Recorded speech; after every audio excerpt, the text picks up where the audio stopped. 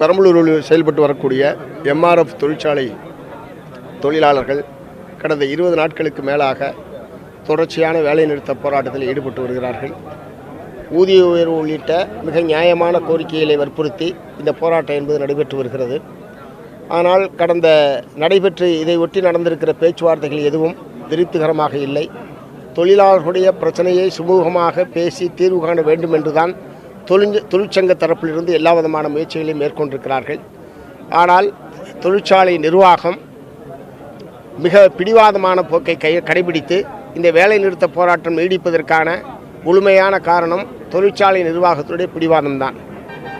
ஆனால் இதில் தொழிலாளர்களுடைய நியாயமான கோரிக்கையை நிறைவேற்றுவதற்கு செயல்பட வேண்டிய தொழிலாளர் நலத்துறை தொழிற்சாலை நிர்வாகத்தின் பக்கம் நின்று பேசுவது என்பது மிகுந்த வருத்தத்துக்குரியது.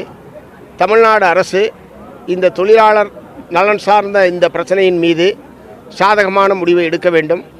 தொழிற்சாலை நிர்வாகத்தை பணிய வைத்து தொழிலாளர்களுடைய கோரிக்கைகளை நிறைவேற்றுவதற்கு தேவையான அனைத்து நடவடிக்கைகளையும் தமிழ்நாடு அரசாங்கம் மேற்கொள்ள வேண்டும். தொழிலாளர் நலத்துறை அமைச்சர் இதிலே உரிய முறையில் தலையிடவில்லை என்பதுதான் தொழிலாளர்கள் தெரிவிக்கிறார்கள். ஆகவே தமிழ்நாடு முதலமைச்சரை நான் கேட்டுக்கொள்ள விரும்புவது, மூத்த அமைச்சர்கள் கொண்ட குழுவை அனுப்பி எம்ஆர்எஃப் நிர்வாகத்தோடு பேசி தொழிலாளர்களும் தொழிற்சங்கங்களும் முன்வைக்கக்கூடிய நியாயமான கோரிக்கைகளை பேசி தீர்வு காண்பதற்கான எல்லா விதமான முயற்சிகளையும் மேற்கொள்ள வேண்டும். தொழிலாளர்களுடைய போராட்டத்திற்கு மார்க்சிஸ்ட் கம்யூனிஸ்ட் கட்சியின் சார்பில் என்னுடைய பேராதரவை தெரிவித்துக் கொள்ள வேண்டும் என்பதற்காகத்தான் இன்றைக்கு நேரடியாக தொழிலாளர்களை சந்திப்பதற்காக வந்திருக்கிறோம். இந்த போராட்டம் வெற்றிகரமாக முடிகிற வரை மார்க்சிஸ்ட் கம்யூனிஸ்ட் கட்சி தன்னுடைய ஆதரவை தெரிவிக்கும் என்பதை தெரிவித்துக் கொள்கிறேன். ஓகே. டெல்லியில் நடைபெற்ற இந்த போராட்டத்துக்கு தமிழக முதல்வர் ஆதரவே தெரிவிக்காம இருக்காரு. பல்வேறு குற்றச்சாட்டுகள் எழுந்துட்டு இருந்தது. இப்ப நானும் நீட்டுக்கு எதிராக தான் இருக்கேன், அப்படி கொள்கை ரீதியாக இருக்கேன் அப்படின்ற மாதிரி சொன்னாலும் கடந்த ஆட்சியில கூட திமுக எதிர்ப்பு இருந்த அளவுக்கு கூட இப்ப தாவேக அரசு பண்ணலையோ அப்படின்ற மாதிரியான மக்கள் மனதில் ஒரு எதிர்ப்பு எழுந்திருக்கு. இது எப்படி பாக்குறீங்க? இல்லை, தமிழ்நாடு முதலமைச்சர் அவர்கள் நீட் தேர்வை எதிர்ப்பதாக தெரிவித்திருக்கிறார். ஏற்கனவே கடிதமும் எழுதியிருக்கிறார். அதுதான் தாவேகா கட்சியினுடைய நிலைப்பாடு என்று சொன்னால் நீட் தேர்வை ரத்து செய்ய வேண்டும். நீட் தேர்வில் கேள்வித்தாள் கசிவு உள்ளிட்டவைகளுக்கு காரணமாக இருந்த ஒன்றிய கல்வி அமைச்சர் ராஜினாமா செய்ய வேண்டும் என்கிற இந்த நியாயமான கோரிக்கையை வற்புறுத்தி நடைபெறுகிற போராட்டங்களுக்கு தமிழ்நாடு அரசாங்கம் ஆதரவாக இருக்க வேண்டுமே தவிர காவல்துறையை ஏவி ஒடுக்குவது, அடக்குவது, போராட்டத்தில் ஈடுபடுபவர்களை விரட்டி அடிப்பது போன்ற மோசமான நடவடிக்கைகளில் தமிழ்நாடு காவல்துறை ஈடுபட்டிருப்பது என்பது வன்மையான கண்டனத்துக்குரியது. இன்றைய தினம் சென்னை மாநகரில் பல்வேறு கல்லூரிகளுக்குள் புகுந்து உள்ளிருப்பு வேலைநிறுத்த போராட்டத்தில் ஈடுபட்டிருந்த மாணவர்களை எல்லாம் கைது செய்வது போன்ற அத்துமீறிய நடவடிக்கைகளில் காவல்துறை ஈடுபட்டிருப்பது என்பதை ஒருபோதும் ஏற்க முடியாது. ஆகவே காவல்துறையினுடைய இத்தகைய அத்துமீறலை தடுத்து நிறுத்துவதற்கும் ஜனநாயகப்படி போராடுவதற்கான அனுமதியையும் போராடுவதற்கான உரிமையை பறிக்கக்கூடிய வகையில் அரசினுடைய அணுகுமுறை என்பது இருக்கக்கூடாது. போராட்டத்திற்கான இடங்களை ஒதுக்கி தந்து இந்த போராட்டங்கள் ஜனநாயகபூர்வமாகவும் உணர்வுபூர்வமாகவும் நடைபெறுவதற்கான எல்லா விதமான வாய்ப்புகளையும் தமிழகத்திலே உருவாக்க வேண்டும் என்பதை நான் வேண்டுகோளாக தமிழ்நாடு அரசுக்கு வைக்க விரும்புகிறேன்.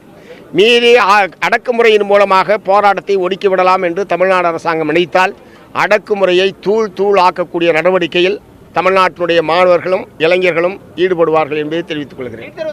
மேகதாது அணை கட்டுற விவகாரத்திலே அதே மாதிரிதான் அவரோட படம் ரிலீஸ் ஆகிறதுனால கர்நாடக எதுக்க மாட்டாரோ அப்படின்ற மாதிரியான எதிர்கட்சியோட கருத்துக்கள் போயிட்டு இருக்கு.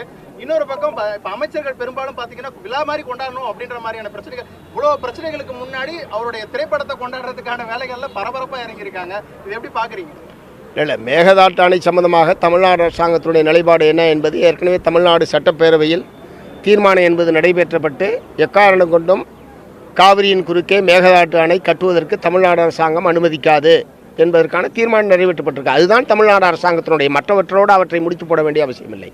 ஓகே. இந்த 20 நாட்களுக்கு மேலாக சட்டப்படியாக ஆலை நிர்வாகம் தங்களுக்கு வழங்க வேண்டிய ஊதிய உயர்வு உள்ளிட்ட நியாயமான கோரிக்கைகளை வற்புறுத்தி தொடர்ச்சியாக போராடி கொண்டிருக்கிற உங்கள் அனைவருக்கும் மார்க்சிஸ்ட் கம்யூனிஸ்ட் கட்சியின் சார்பில் வாழ்த்துக்களையும் பேராதரவையும் முதலில் நான் தெரிவித்துக் கொள்ள விரும்புகிறேன். உங்களுடைய போராட்டத்திற்கு ஆதரவாக ஏற்கனவே மார்க்சிஸ்ட் கம்யூனிஸ்ட் கட்சியின் சார்பில் இந்த மாவட்டத்தில் ஆதரவு ஆர்ப்பாட்டங்களும் இந்திய தொழிற்சங்க மையத்தின் சார்பில் தமிழ்நாட்டிலே பல்வேறு மையங்களில் எம்ஆர்எஃப் தொழிலாளர்களுடைய பிரச்சனைக்கு தமிழ்நாடு அரசு தலையிட்டு தீர்வு காண வேண்டும் என்று வற்புறுத்தி போராட்டங்கள் என்பது நடைபெற்றிருக்கிறது. ஆனால் தமிழ்நாடு அரசு தலையிட்டு இதை நியாயமான முறையில் தீர்க்க வேண்டிய தமிழ்நாடு அரசுடைய தொழிலாளர் துறை அல்லது தமிழ்நாடு அரசுடைய செயல்பாடு மிகுந்த வருத்தத்தையும் கோபத்தையும் ஏற்படுத்தக்கூடிய வகையில் இருக்கிறது என்பதை நான் முதலில் சொல்ல விரும்புகிறேன். அவர்கள் ஆலை நிர்வாகத்திற்கு எதிராக தமிழ்நாடு அரசாங்கம் நடவடிக்கை மேற்கொண்டால் புதிய முதலாளிகள் யாரும் தொழில் துவங்க வரமாட்டார்கள், புதிய தொழிற்சாலைகள் என்பது வராது, தொழில் வளர்ச்சி ஏற்படாது என்கிற அழுதப்பரசான வாதத்தை இவர்களும் வைத்துக் கொண்டிருக்கிறார்கள். ஒரு புதிய ஆட்சி மாற்றம் ஏற்பட்டிருக்கிறது, எல்லா வகையிலும் மாற்றங்கள் வரும் என்கிற எதிர்பார்ப்போடு தான் தமிழக மக்கள் இவர்களுக்கு வாக்களித்திருக்கிறார்கள். ஆனால் தமிழ்நாடு அரசுடைய செயல்பாடு அவளுக்கு திருப்திகரமாக இல்லை என்பதற்கு பெரம்பலூர் எம்ஆர்எஃப் தொழிலாளர்களுடைய போராட்டத்தில் தமிழ்நாடு அரசினுடைய அணுகுமுறை என்பது அணுகுமுறையை பார்க்கும்போது அதில் எந்த விதமான மாற்றமும் ஏற்படவில்லை என்றுதான் கருத வேண்டியிருக்கிறது. இன்றைக்கு கடந்த 3 நாட்களாக டெல்லியிலே நீட் தேர்வை ரத்து செய்ய வேண்டும், நீட் தேர்வில் கேள்வித்தாள் கசிவுக்கு காரணமான ஒன்றிய கல்வி அமைச்சர் தர்மேந்திர பிரதான் அவர்களை பதவி நீக்கம் செய்ய வேண்டும் என்று வற்புறுத்தி பிரம்மாண்டமான போராட்டம், பல்லாயிரக்கணக்கான மாணவர்களும் இளைஞர்களும் கலந்து கொண்டு போராட்டம் நடைபெற்றது உங்களுக்கு எல்லாம் தெரியும். அதையொட்டி துணை ராணுவ படையையும் காவல்துறையையும் ஏவி ஒன்றிய பிஜேபி அரசாங்கம் ஒரு கொடூரமான தாக்குதலை நடத்தி 100க்கும் மேற்பட்ட மாணவர்கள் இளைஞர்கள் காயமடைந்து டெல்லியிலே மருத்துவமனையிலே இருக்கிறார்கள். பல நூற்றுக்கணக்கானோர் கைது செய்யப்பட்டு சிறையில் அடைக்கப்பட்டிருக்கிறார்கள். இந்த ஒன்றிய பிஜேபி அரசாங்கத்தினுடைய இந்த கொடூரமான அடக்குமுறையை கண்டித்து தமிழ்நாடு முழுவதும் கடந்த 2 நாட்களாக மாணவர்களும் இளைஞர்களும் கடுமையான போராட்டத்தில் ஈடுபட்டிருக்கிறார்கள். இந்த அடக்குமுறை கைவிடப்பட வேண்டும், மாணவர்கள் காக்ரோச் ஜனதா பார்ட்டி முன்வைத்திருக்கிற அந்த கோரிக்கைகளை ஒன்றிய அரசாங்கம் ஏற்க வேண்டும் என்பதை தவிர வேற எந்த விதமான கோரிக்கையையும் அந்த போராட்டத்துக்கு ஆதரவாக நடத்தக்கூடிய இளைஞர்கள் மாணவர்கள் முன்வைக்கவில்லை. நீட் தேர்வை எதிர்ப்பதாக சொல்லக்கூடிய நம்முடைய தமிழ்நாடு முதலமைச்சர் அவர்கள் நீட் தேர்வை எதிர்த்து நடத்தக்கூடிய போராட்டங்களை எல்லாம் தடுப்பது அல்லது ஒடுக்குவது என்கிற மோசமான அணுகுமுறையை கடைபிடித்துக் கொண்டிருக்கிறது. கோரிக்கை நியாயம் என்று சொன்னால், கோரிக்கை நீங்கள் ஏற்கிறீர்கள் என்று சொன்னால் அந்த போராட்டத்தை ஆதரிக்க வேண்டும். இப்ப தொழிலாளருடைய கோரிக்கை நியாயமானது என்பதனால் மார்க்சிஸ்ட் கம்யூனிஸ்ட் கட்சி தொழிலாளருடைய போராட்டத்தை ஆதரிக்கிறது, கோரிக்கைகளை ஆதரிக்கிறது. ஆனால் தமிழ்நாடு முதலமைச்சர் அவர்கள் நீட் தேர்வை நாங்கள் எதிர்க்கிறோம், நீட் தேர்வு ரத்து செய்யப்பட வேண்டும். ஏனென்றால் தமிழகத்திலே தான் இது அருகில் இருக்கிற அரியலூர் மாவட்டத்தைச் சேர்ந்த அனிதா என்கிற மாணவி மரணம் அடைந்ததை ஒட்டித்தான் நாடு தழுவிய அளவில் நீட் தேர்வுக்கு எதிரான ஒரு விழிப்புணர்வு என்பது ஏற்பட்டது. தமிழ்நாடு முழுவதும் அந்த நேரத்தில் நீட் தேர்வை ரத்து செய்ய வேண்டும் என்பதற்கான பெரும் போராட்டம் நடைபெற்ற மாநிலம் தமிழ்நாடு. அந்த நேரத்தில் அந்த நீட் தேர்வை ரத்து செய்ய வேண்டும் என்கிற குரலை எழுப்பியவர் இன்றைக்கு தமிழ்நாடு முதலமைச்சராக இருக்கிற திரு விஜய் அவர்கள். இப்போதும் இந்த போராட்டம் டெல்லியிலே அடக்குமுறை எல்லாம் நடந்ததை ஒட்டி ஜனநாயக பூர்வமான போராட்டங்களை அடக்குமுறை கூடாது, நீட் தேர்வு ரத்து செய்ய வேண்டும் என்கிற கோரிக்கையை இவரும் எழுப்பியிருக்கிறார். அதே கோரிக்கைக்காகத்தான் இன்றைக்கு தமிழ்நாடு முழுவதும் மாணவர்களும் இளைஞர்களும் போராடி கொண்டிருக்கிறார்கள். ஆனால் தமிழ்நாடு காவல்துறையை ஏவி அந்த போராட்டத்தில் ஈடுபடக்கூடிய இளைஞர்களை மாணவர்களை வலுக்கட்டாயமாக கைது செய்வது, சிறையில் அடைப்பது, போராடுகிறவர்களை விரட்டி அடிப்பது என்கிற மிக மோசமான செயல்பாட்டில் தமிழ்நாடு அரசாங்கம் ஈடுபட்டிருப்பதற்கு என்னுடைய வன்மையான கண்டனத்தை தெரிவித்துக் கொள்ள விரும்புகிறேன். இன்றைய தினம் கல்லூரி வளாகத்திற்குள், பொதுவாக கல்லூரி வளாகத்திற்குள் உள்ளிருப்பு வேலை நிறுத்த போராட்டத்தில் ஈடுபட்டிருந்த மாணவர்களை காவல்துறையை சார்ந்தவர்கள் உள்ளே புகுந்து வலுக்கட்டாயமாக இழுத்து வந்து கைது செய்திருக்கிற கொடுமை என்பது சென்னை மாநகரத்தில் நடைபெற்றிருக்கிறது. இதெல்லாம் காவல்துறையுடைய அத்துமீறல். பொதுவாக போராடுகிற உரிமையை இந்திய அரசியல் சாசனம் இந்திய நாட்டு குடிமக்களுக்கு வழங்கி இருக்கிறது. அது எந்த ஆட்சியாளரும் போட்ட பிச்சை அல்ல, கருணை அல்ல. அரசியல் சாசனம் இந்திய நாட்டுக்கு மக்களுக்கு வழங்கியிருக்கக்கூடிய அடிப்படையான உரிமைகளில் ஒன்று போராடுகிற உரிமை. அந்த போராடுகிற உரிமையை பறிப்பதற்கு யாருக்கும் உரிமை கிடையாது. ஆனால் தமிழ்நாட்டில் தொடர்ச்சியாக காவல்துறையை பயன்படுத்தி போராடுகிறவர்களுக்கு எதிராக அடக்குமுறையை ஏவுவது, கைது செய்வது, பொய் வழக்கு போடுவது, அல்லது போராட்டத்திற்கு அனுமதி மறுப்பது, ஒன்று கூடுவதையே தடுப்பது, போராடுவதற்கான இடத்தை தர மறுப்பது, இடத்தை வேறு யாராவது கொடுத்தால் கூட அவரை போய் மிரட்டுவது, இந்த மாதிரி எல்லா விதமான ஜனநாயக விரோதமான செயல்பாடுகளையும் கடந்த காலத்திலும் இருந்த தமிழ்நாடு அரசாங்கம் இத்தகைய அணுகுமுறையை தான் மேற்கொண்டது. இப்போது இருக்கக்கூடிய புதிய ஆட்சியும் இதே அணுகுமுறையை மேற்கொண்டிருக்கிறது என்பது வன்மையான கவனத்துக்குரியது. இதிலே மாற்றம் என்பது எல்லாவற்றிலும் மாற்றம் என்பது வர வேண்டும். எல்லாவற்றிலும் மாற்றம் என்பது வர வேண்டும். தொழிலாளர் பிரச்சனையில் மாற்றம் வராது, முதலாளிகளுக்கு ஆதரவான போக்கிலே மாற்றம் வராது என்று சொன்னால் அது எப்படி முழுமையான மாற்றமாக இருக்க முடியும்? நான் என்ன கேட்க விரும்புறேன், தொழிலாளி இல்லாமல் வெறும் மூலதனத்தை வைத்துக் கொண்டு ஒரு குண்டூசியை கூட உங்களால் உற்பத்தி செய்ய முடியாது. ஒரு குண்டூசியை கூட உற்பத்தி பண்ண முடியாது.